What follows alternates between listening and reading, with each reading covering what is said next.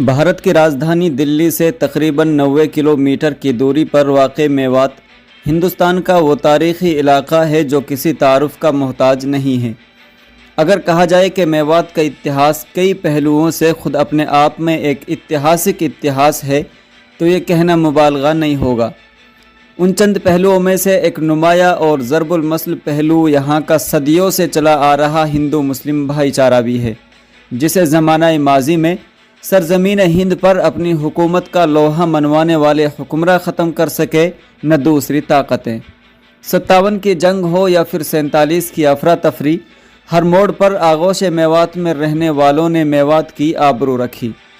اگر بات کی جائے میوات میں بسنے والی میو قوم کی تو ہر محاذ پر اس قوم نے اپنی خودداری پر داد تحسین حاصل کی اور ہر تیز و تند طوفان کا ڈٹ کر مقابلہ کرنے کے لیے اس قدر بہادری اور ہمت و جرأت سے کام لیا کہ بہادری اس قوم کا جزء لا ينفک بن گئی۔ یہی وجہ ہے کہ کتب تواریخ میں جہاں اس قوم کو میو قوم سے جانا جاتا ہے تو وہیں میو ایک بہادر قوم ہے کہ لقب سے بھی اسے موسوم کیا جاتا ہے۔ لیکن آخر میوات کی میو قوم، ایک طرف کتب تواریخ میں سنہرے الفاظ سے لکھے ہوئے تمہاری بہادری کے قصے، تمہاری ہمت و جرأت کی داستانیں، تمہاری وفاداری اور خودداری کے واقعات، تو دوسری جانب تمہاری موجودہ صورتحال، تمہاری بے بسی، تمہارا آپسی اختلاف و انتشار، تمہاری عدم خودداری، تمہاری آپسی دشمنی کی 7 سمندر پار لامحدود سرحدیں، اور اس سب کی جیتی جاگتی مثال میوات کی موجودہ صورتحال۔ جیسا کہ میں نے کہا، میوات کا اتہاس کئی پہلوؤں سے خود اپنے آپ میں ایک اتہاسک اتہاس ہے، جن پہلوؤں پر اگر یہاں تفصیل سے کہا جائے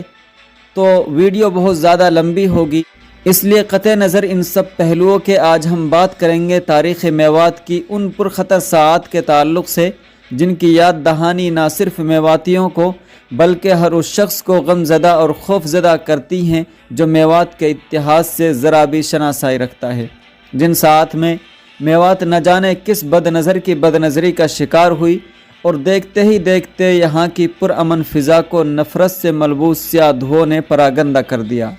میں بات کر رہا ہوں 31 جولائی کی۔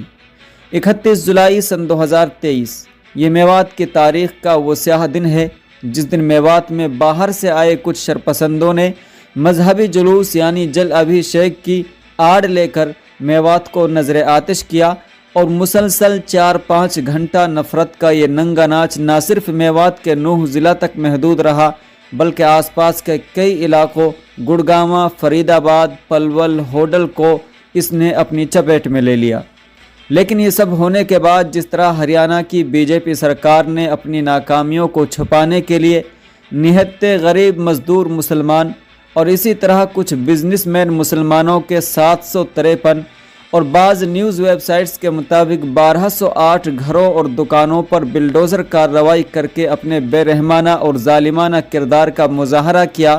تو وہیں بی جے پی حکومت کے زیر قیادت میوات پولیس نے بھی یک طرفہ کارروائی کر کے صرف مسلم نوجوانوں کو جیل کی سلاخوں کے پیچھے ڈال کر اپنی فرعونیت نما صفت کا خوب بغل بجایا۔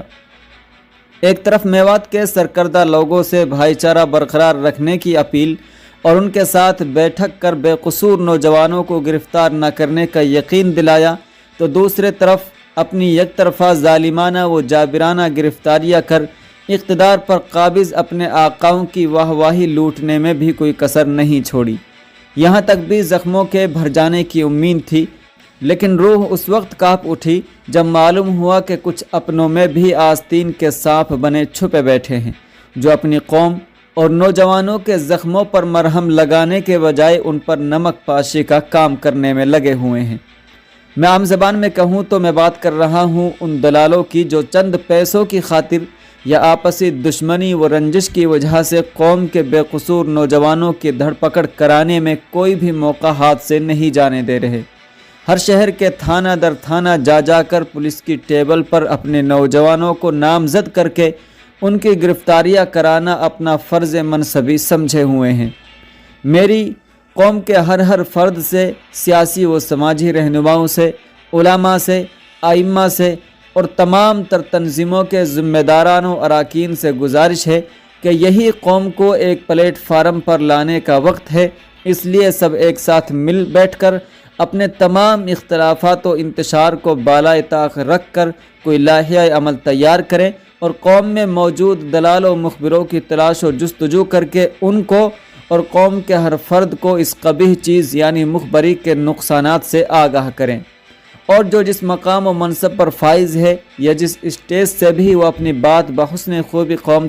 قوم کے ہر فرد تک پہنچا سکتا ہے پہنچانے کی کوشش کرے، تاکہ ایک بار پھر یہ قوم اپنے وجود کو پہچان کر انہی عظیم صفات سے مزین و مرصع ہو سکے جن صفات کے ساتھ اس قوم کا ذکر تاریخ کے صفحات میں سنہرے الفاظ سے آج بھی لکھا ہوا ہے۔